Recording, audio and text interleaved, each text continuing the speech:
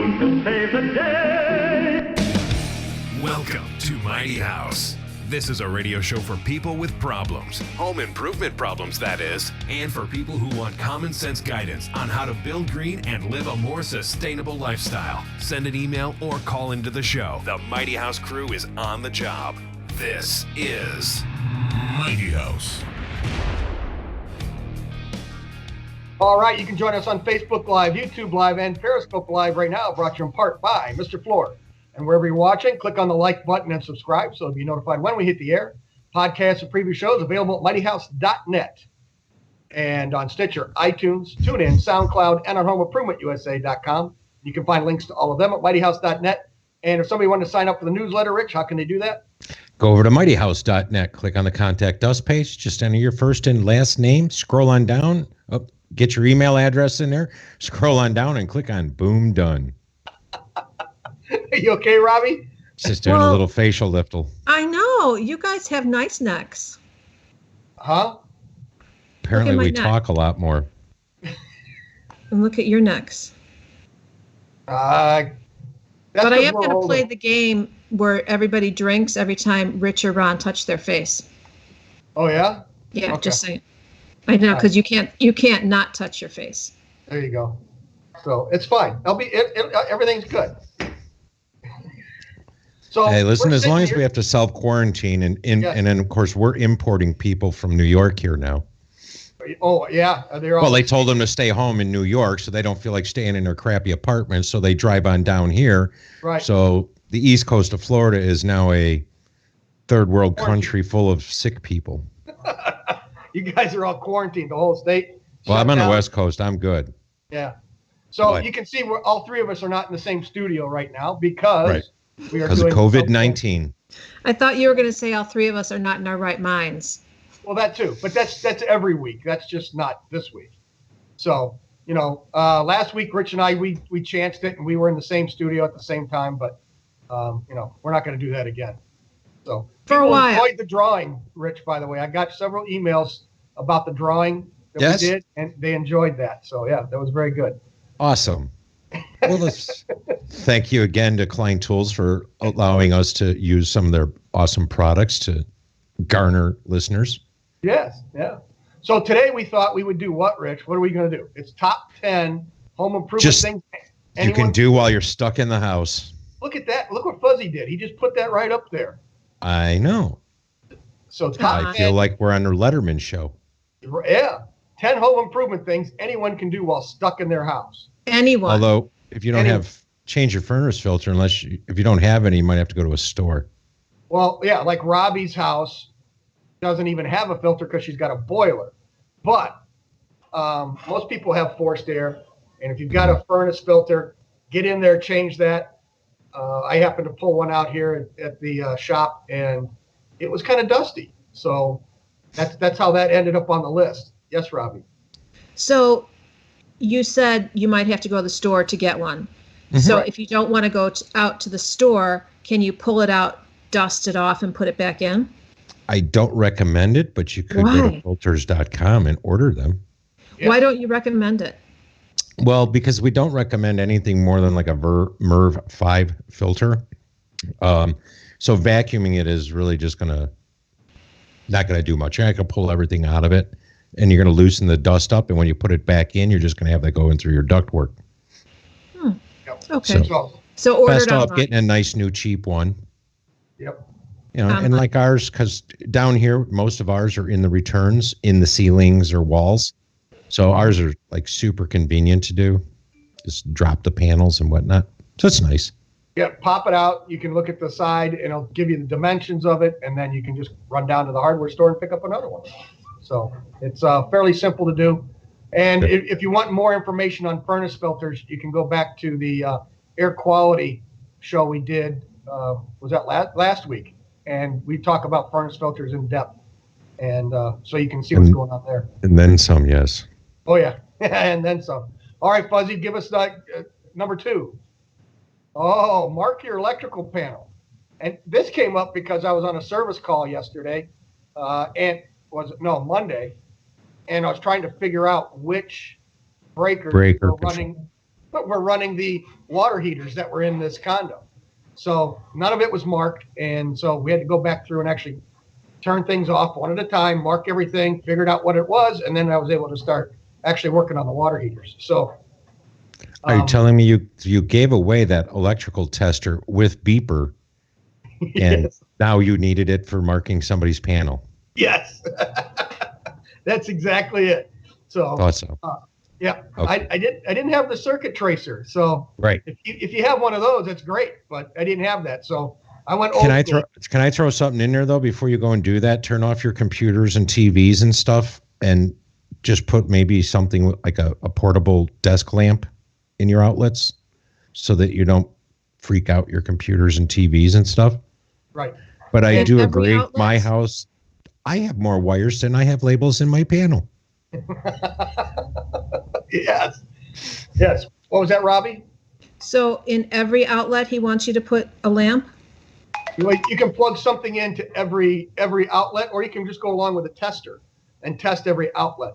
So what you do is turn all the breakers off, and then one at a time, turn them on and walk around the house and figure out what it runs. And you can just have a lamp that you carry around and just plug it in as you go, a small table lamp, or you can just use an electrical tester.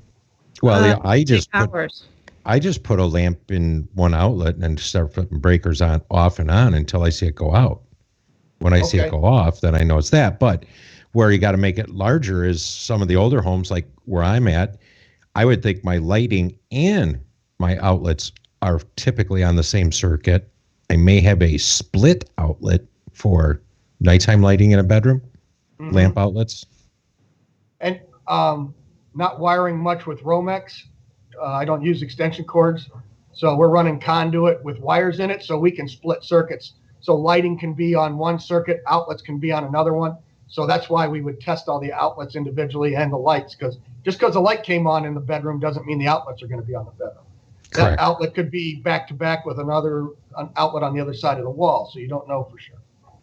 Correct. So that's why you'd want to do that. So, and other than your computers and things, is there anything else that you want to take out of the system before you just start flipping breakers? High efficiency water heaters and furnaces. Yeah, the furnaces are pretty easy. But those are typically well marked.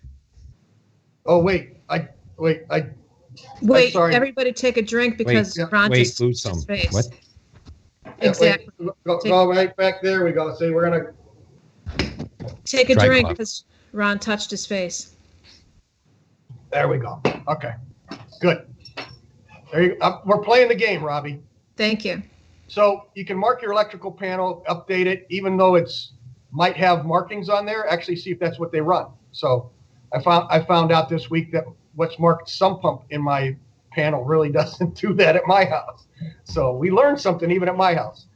Yes. So go around, mark the electrical panel. It's something that the kids can do. You can run around and see what's going on, and so it's a game you can play and actually get something done. So next have one them time it how long it takes for the light bulb to go on from the time you turn the breaker on. Count to 10. Number 3, adjust cabinet doors and drawers. Robbie, you want only to take if this one? needed. Well, the doors You might mean be because some are a little. What's the word you use? Kitty askew. wampus. Thank you, kitty wampus. Yes. Yeah. If they're not Some are straight, they're kitty kitty wampus, and I hate that. So But you want to they're make sure all the bottoms are lined up and the gaps are correct and that they close all the way, and it's not because you've got a huge platter inside that's holding the door open. Things like that. And most people will find that, especially if your cabinets are, say, on the newer end, newer cabinets have much more easily adjustable hinges. Yes. And you can play around with them and run the screws in and out on the sides and adjust them up and down. There some of them are really easy to work with. Older ones aren't so easy, but if you've got a Phillips screwdriver, you can take care of it. So Yes. And always remember, plumb and level is not everything. It's margins. Yes. Uh-oh. You got that, Robbie? Plumb and level are not everything. It's margins. What does that mean? Well, I know so what plumb and if level an are. existing wall is a 1/2 inch out of plumb, Okay. It's at an angle. If I put something on there and I use a level and make it perfectly level, well, then it's going to show that the wall is a half inch out. So if I was setting a door or a cabinet, I literally would rather have that a little bit out of plumb, have it off at an angle so that everything appears straight. Got it. Right. Clear as mud? Clear as mud. I'm not touching my face. I'm just fixing things. And drawers. And the drawer front, if you take the drawer front out, and when you pull it out, you'll see generally you see 2 screws through the box right into the drawer front, and you can loosen those up and adjust the drawers up and down a little bit and tighten them up. And probably the hardest thing to do would be a lazy Susan to adjust those and get. Yes, those are difficult. Those would be a little yes, Robbie. I can't tell you how many homes I go into and handles are loose. That's the easiest thing in the world. Yep. To just go on the inside. That happens all the time. But you have to take all the junk out of the drawer to get the screwdriver in there. Right. Nah. I use my thumbnail.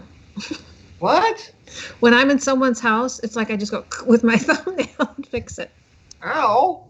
Is that why they're always loose? Well, her thumbnails? Her thumbnails?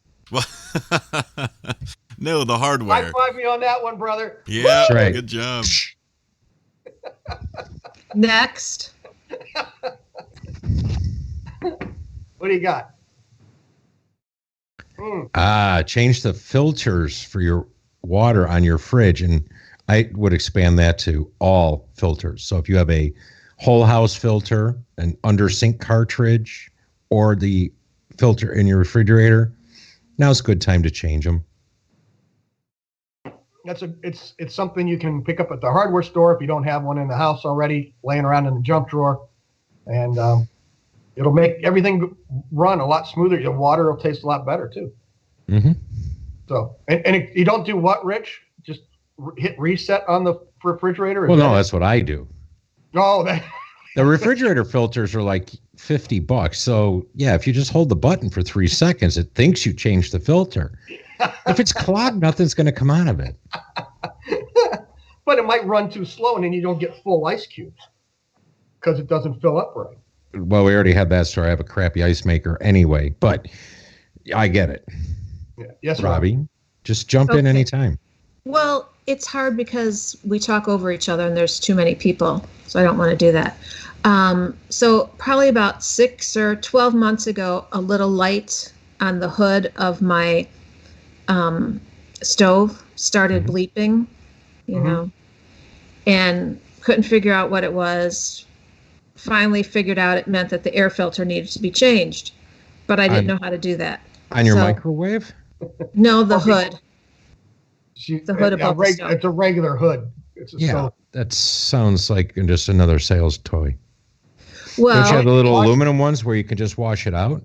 Exactly, but I didn't know that. So next week when we talk about all the things I'm doing for clutter clarity, that was one of the things that I did. I finally pulled out the instruction manual and I went, this is easy. You pop them out. You know, I washed them off. It said you could put them in your dishwasher. I popped them back in. But here's the thing. All I had to do was hold the button that was flashing. For 6 to 12 months, I had a light flashing, the blue light, so all night long. Couldn't figure it out. You hold it. Mm-hmm. Hold the button. Hold the button. So clean the filters and hold the reset button.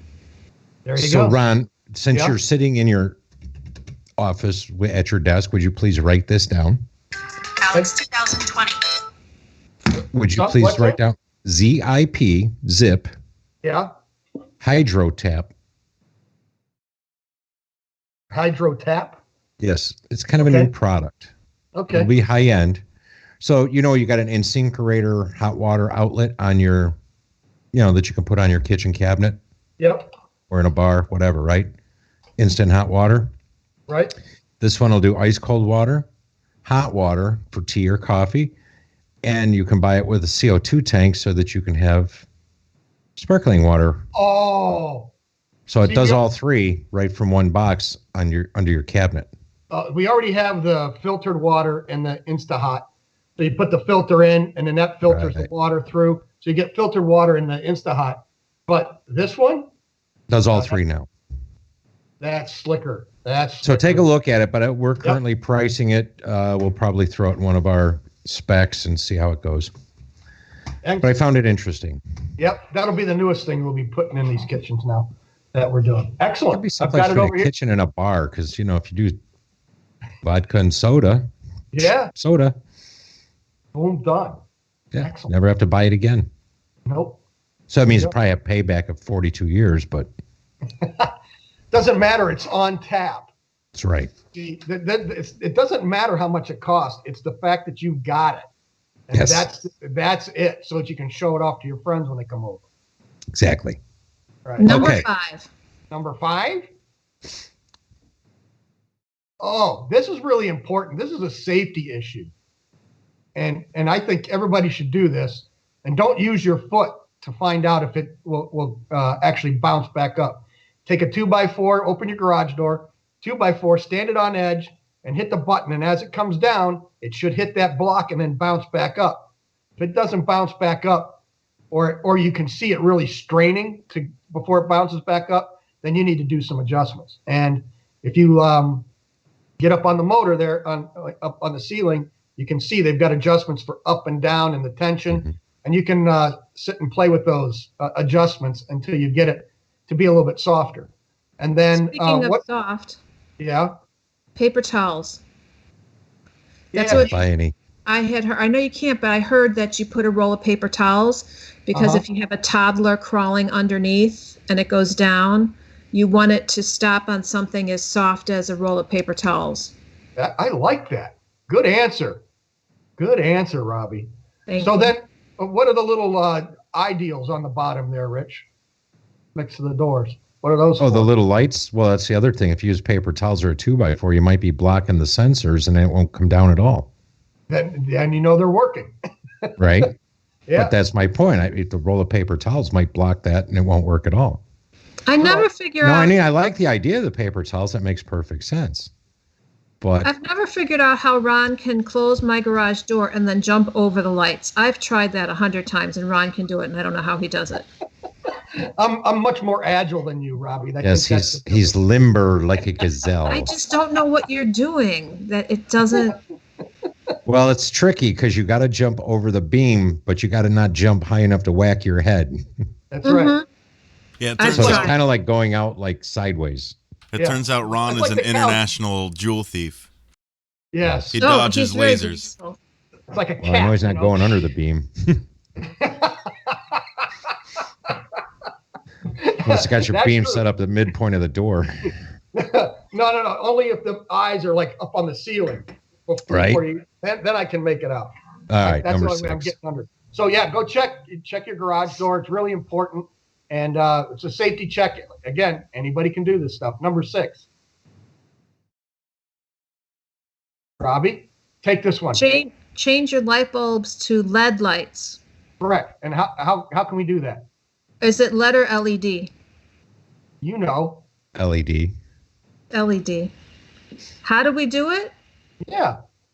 Righty-tighty, lefty-loosey. I know, righty-tighty, lefty-loosey. What am I? What's the trick, witness?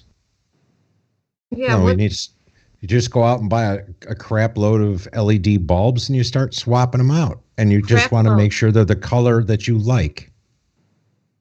And apparently you use... Is that one of them new garage lights that just daylight the whole place? Yes, these work great. If you've got a garage, sorry, Robbie, to interrupt your segment there, but you put these things on. These things are amazing. I'll back up here a little bit. See, look at that. And then these arms adjust so you can kick the light around to where you want, but they really put out some light. It's like equal to a 300-watt bulb. And then... Without the heat. Without the heat. And then I've got this one. See, look at that. This one here. Don't ask me why these are on my desk. They just are. And this one's, I think, 400 or 500 watts equivalent. And you hang that from the ceiling? No, it screws in. No, it's got a regular Edison base. You just screw that into the socket. See? So one regular light doesn't give you enough light, like in all the corners, for example? Is that the beauty of this thing? Well, that and it's like a 100-watt bulb, but you can't buy them anymore. Or 300-watt bulbs. And if 300-watt bulb, you can also, suntan under those. So Well, that was the thing. Easy Bake Oven took a 100-watt bulb, had a 70% conversion to heat. You could make cakes. And burn the heck out LED of your has finger. very little or no conversion to heat, and thus it only uses a tiny amount of the wattage. Right. So when you go around, I know, Rich, it depends on where you're at. Look at the color of the light also when you're doing these. And you want to look at the Kelvin number. Mm-hmm. And that way, I personally, I like a 2700, which is more yellowish. It's not a brighter blue or whiter light, but depends on where you're at, Robbie. And what kind of... See, we always use the 5,000 Kelvin, and I think it's because it's sunny here almost all the time. So to walk in your house and have that dim yellow light doesn't work. Right. Well, and it depends on the color of the walls too. We've had some clients, we go in and depending on the color of the walls, that determines what color light we're putting in there. So, but I that's can an see that, but engineering every paint store you go has 5,000-6,000 Kelvin lighting in their paint selection area, or I recommend to people walk it outside. Yep. So, okay, Well, the color of blue light is measured in temperature. So 5,000 Kelvin, 5 to 6 is daylight, and then your 2,700 to 3,500, that's your soft white, like your lighting up north. Right, and And that's more like an incandescent bulb. Yeah. And blue light is more harmful to your eyes after a while too. Yellow's a bit more It's so softer. Rich. It's harsh. That's why I don't Harsh like it. light. It's harsh. Harsh. Number 7, Wait. I got to do this. Okay, now I can do this. drink. We're all stuck at home. Oh, perfect. Prep and paint a room. Nice. So you get the Going to kids need a going. lot of time for this. Yeah, well, if you have got some paint, you can do paint touch-ups, but you can also sand it. Go sand all the walls, sand the trim, and then repaint. Patch any holes you've got and repaint a wall. That's the most important thing is the prep. It's not putting the paint on the wall. Right. So Anybody can paint the wall. wash the walls down, scrub them, clean them up, sand them, wipe them down one more time, and then go ahead and start putting the paint on there. But hey, we've all got 2 weeks, so you can probably paint the whole house in 2 weeks if you really I want. think my camera will reach there. See, there's a blob on my wall there. You call them boogers. I know, and I hate that. And Yep. I find it extremely irritating Yep. when they are left that way because there's no reason for it. Who Well, painted if you the wall? don't see it, I mean, it's left that way because they didn't see it. It's not like somebody left it there on purpose, right? So we take typically- a very bright light and you shine it along the wall and you look for all the blemishes and then you touch all that up. We circle them with a pencil, touch everything up. And if your walls are white, taping compound is white, you put a couple of drops of food coloring in the mud so that you can see where you patched and where you haven't. But yeah, I like to spend some time on my walls to make sure they're really, really nice. So and you always sand between coats. I don't like boogers in my paint. So a while ago, No runs, no drips, no errors. I was removing some furniture from a client's house, and it was a very narrow hallway, and we made some dings. Mhm. And so I took a paint chip to one of the big box stores, and I got to tell you, they did an amazing job. But the problem was that it was in a hallway and by a front door, so it depended what color light shone in. So I'd like, oh no, you can see it that way. You could see where I patched it up. And then this way you couldn't see it. And then when you were on the top stairs looking down the stairwell, you couldn't see it. It was just, the color matched perfectly. That's called sometimes it's hard to feather it in. So you'll take a roll-in area, but you want to take a brush and work from the wet area and pull it up away so that it sort of kind of blends and you won't have that line. We did everything we could, me and one of Ron's guys, and it was so funny. I'm like, oh man, this is perfect. You'll never know. And then I took a step back and went, oh no.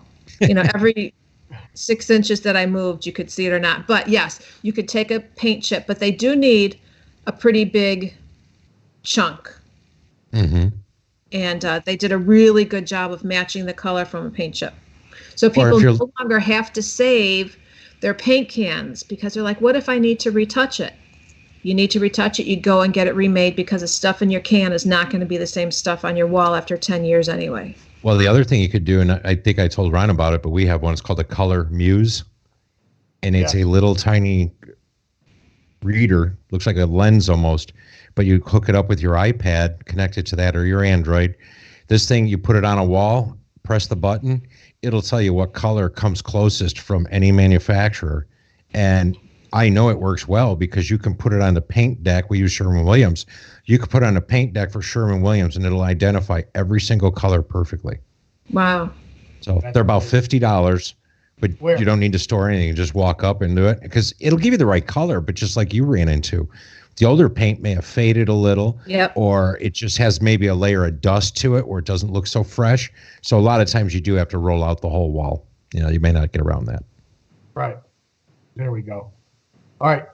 What do you? Oh, there you go. Perfect. All right. So that's he's such a good producer, isn't he? Though, and you can go outside too, do rotten wood repair, touch up the outside, depending on the weather, depending on where you're at. Up here on the today is okay. It's 60 degrees, but tomorrow it's not gonna be. You don't want to do it when it's too cold out. If it's below 40, stay inside. Okay, number 8. Clean your gutters and downspouts. Speaking of being outside. Yeah, you can go outside. You just can't be within 6 feet of anybody else. So you're fine. Clean the gutters out, wash them out, take the hose and run it down there. Make sure they're draining properly. Stick that hose down the downspout too, and make sure that it's actually draining and coming out down at the bottom properly. Mm-hmm. You've got to get all the squirrels out of it. Yeah, and that way you flush out, make sure it's all good. So that's something simple you can do. And as long as you've got the ladders, I guess. Should I be using? If you did it last fall, it shouldn't be bad. Should I be using chemicals or just hard water, just as fast as I can spray? Put my thumb on it, type of thing. Yep, that's it. Yep, just give it to squirt. What's wrong, Robbie? Just put my thumb on it to make the spray harder. That just cracked me up. Yeah, I know exactly what he means. Right, everybody does. Sure. That's it. You got to take the big chunks out first anyway. So clean them all out, bag it up, or throw it down into the flower bed. It's compost. It'll be nice. Go up there with the leaf blower and just put that little hook attachment on there and blow all of it out, and then just, like I said, rinse it all down and clear the downspout. Boom, done. Simple. Especially before all the spring rains hit, or for us, monsoon. Right.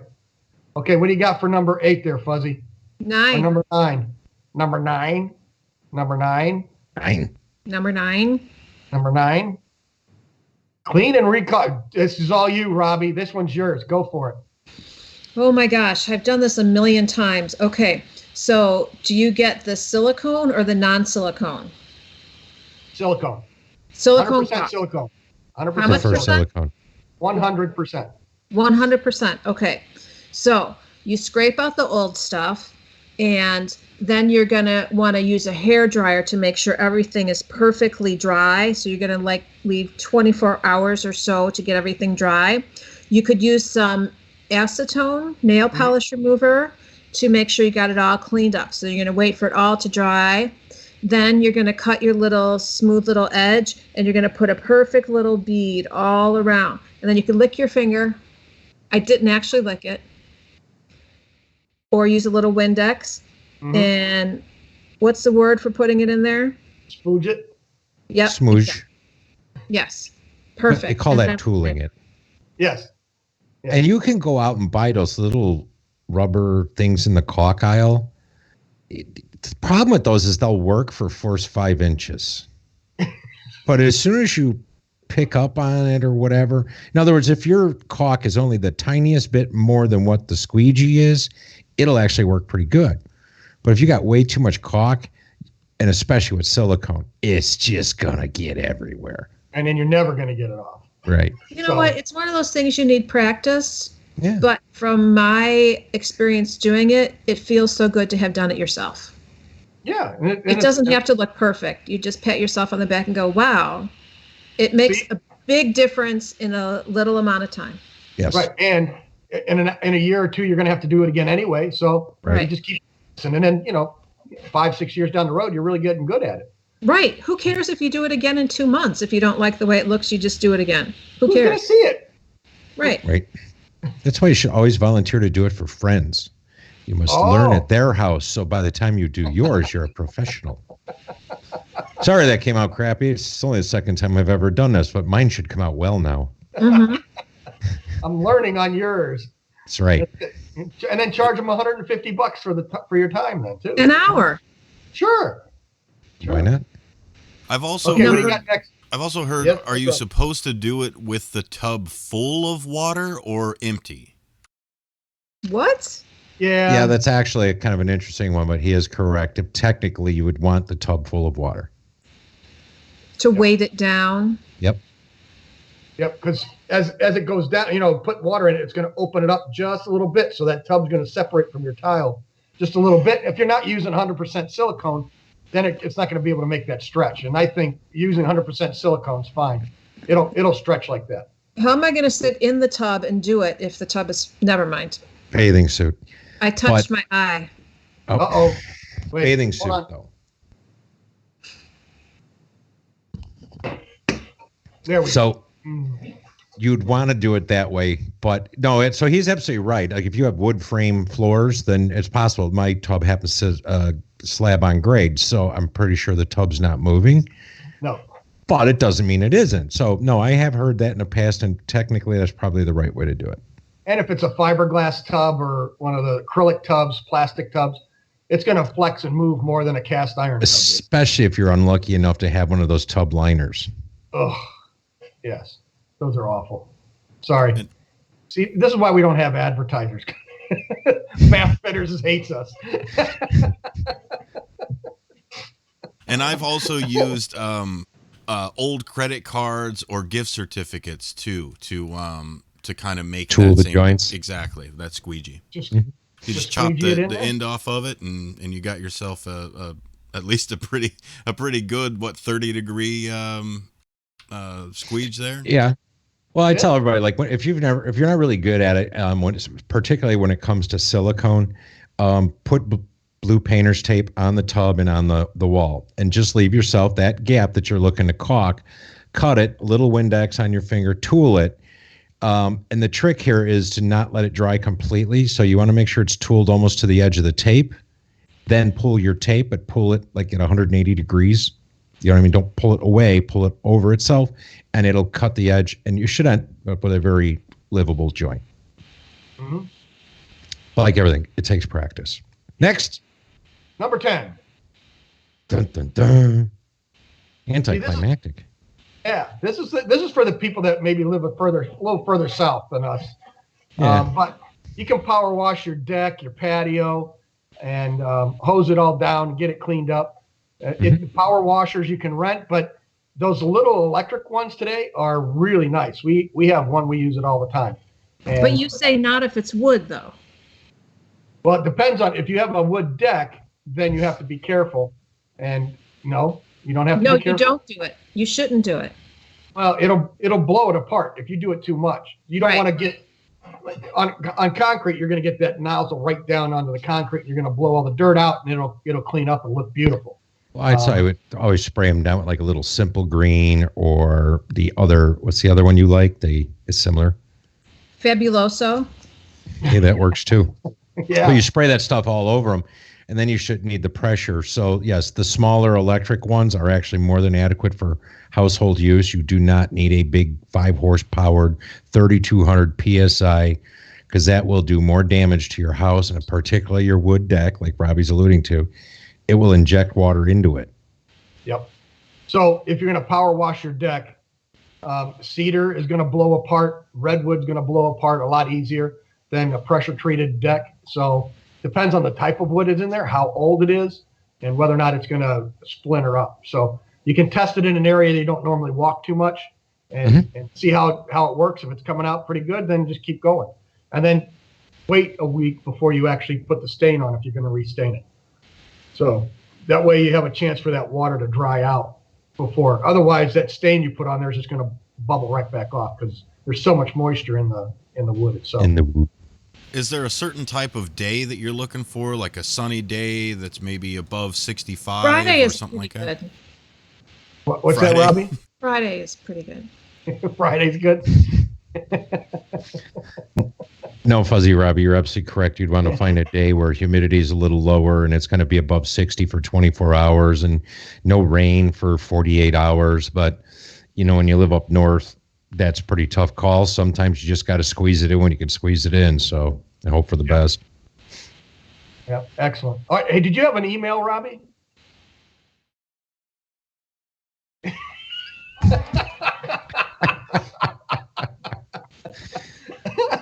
Not much sense playing an email song if you don't have an email. I thought you said in case Robbie had an email. You're right, I did. I didn't take that to mean get an email, Robbie. Good, because you know what? Then we're done. We can go back to this right here. All right. So what do you say, Fuzzy? You want to play the song just to play it, and then we'll be out of here? Hope everybody stays safe. Yeah. Stay Please distant. Stay safe. Wash. I'm sorry, what was that, Robbie? Wash. Oh, wash your hands. Yeah. Well, hey, thanks for joining us, and we'll be back next week with another one for you. And it's going to be clutter clarity, I think, right, Robbie? Is that what we're doing? So it'll be all clutter clarity. And we're going to Hopefully tell we'll you. be out of isolation, but I doubt it. No, we won't. We're going to still be there. So check us out. Podcasts available at mightyhouse.net, Stitcher, iTunes, TuneIn, SoundCloud, and on homeimprovementusa.com. And you can find links to all of them at mightyhouse.net. For Robbie Earhart and who else we got on the show? Fuzzy Rich Robbie. Cowgill. And I'm Ron Cowgill. Keep it square and level. Until next time. Until next time. Until next time.